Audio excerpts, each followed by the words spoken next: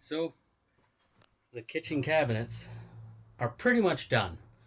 Um, One thing I've noticed since I've started building skoolies is the amount of different screws that you need.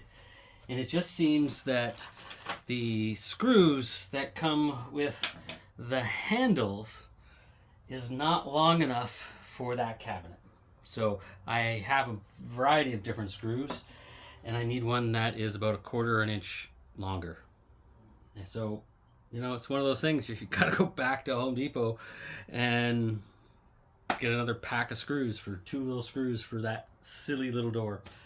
But other than that, we have the two large drawers, the four small ones, the sink cupboard, and the more important spice rack slash cutting board kind of little cubby. So yeah, that door's wet and I've just painted it so it needs to dry. And eventually I will get the right screws so I can put the handle on.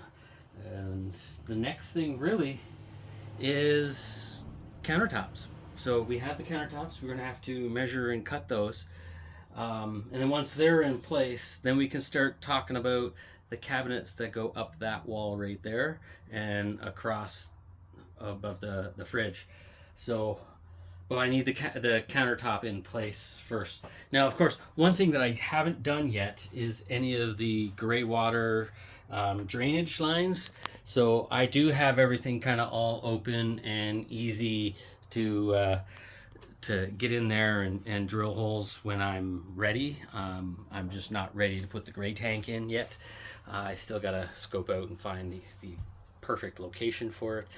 But once I find the location, then I can plumb it effectively into it. So, would have been easier for me to run the pipes now? Yes, but I don't know where the tank is, and I don't want to start drilling holes into the floor and having to move things. So, we're gonna just wait for once I find the gray tank, and then we'll put in the drainage.